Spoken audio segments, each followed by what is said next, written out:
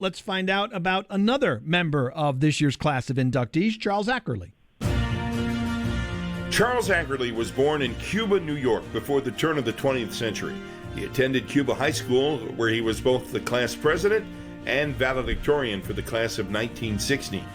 He continued his education at Cornell University, and his dominance in the sport of wrestling propelled him into international recognition. While wrestling for the Big Red, Charlie placed second, first, and second in the Eastern Intercollegiate Wrestling Association competition. He served as captain of the squad during his senior year. He was selected to wrestle for the United States at the 1920 Olympic Games, where he won the gold medal in freestyle wrestling.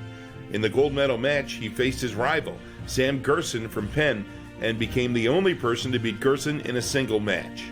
After a career as an attorney, he retired to Clearwater, Florida, where he passed away in 1982. Charlie was inducted into both the Helms Foundation National Amateur Wrestling Hall of Fame and the Cornell University Hall of Fame. Charles Ackerly, forever enshrined in the Greater Buffalo Sports Hall of Fame. Ron, I think I mentioned this to you last week when I was reading these bios. I think it's so fascinating to read about athletes from here in Western New York who win Olympic medals. What else can you tell us about Charles from your research? Well, as easy as it was to research Frank Hinkey, just the opposite for Charles Ackerly, because once he was done with his the 1920 Olympics, he moved to Detroit, became I believe, as an attorney, and then you don't hear a lot from him. But 20 years later, he pops back up in the news, and amazingly enough, he popped back up in the news in a Ripley's Believe It or Not article. Wow. He wanted to make a featherweight for the Olympics, so he had to lose 10 pounds, so he stopped drinking water for 3 days. And then once the 3 days was done, he lost the 10 pounds. He weighed in. He's good to go. He sucks down an incredible amount of water in a short period of time, and he actually was intoxicated, got drunk on the water, as Ripley says. He's, boisterous, and he's stammering around the gym, and it had the same effect that alcohol would have on him. So he's back in the highlight in 1940, 20 years after his career's done. We'll stay with wrestling for our next inductee, and let's find out about Otto Roehm. Born in Hamilton, Ontario in 1882, Otto Roehm moved to Buffalo as an infant and called Buffalo home until his death in 1958. A highly respected wrestler, Roehm won the United States Amateur Welterweight title at the age of 22.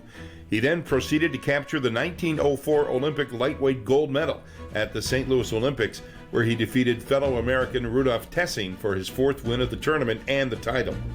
During those same games, he also competed as a welterweight, where he lost to countryman William Beckman in the semifinals. Otto Roehm, forever enshrined in the Greater Buffalo Sports Hall of Fame. All right. What did your research come up with? What did you come up with in your research for Otto that you can add to that, Ron?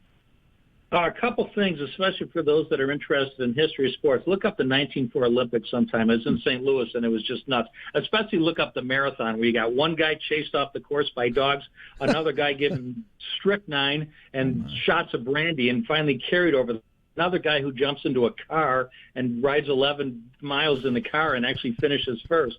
It's just nuts Olympic. But, Ackerly gave up wrestling when he was done with the Olympics. That wasn't the case with Otto Roehm. He worked at the, I think it was Buffalo Railway, something like that.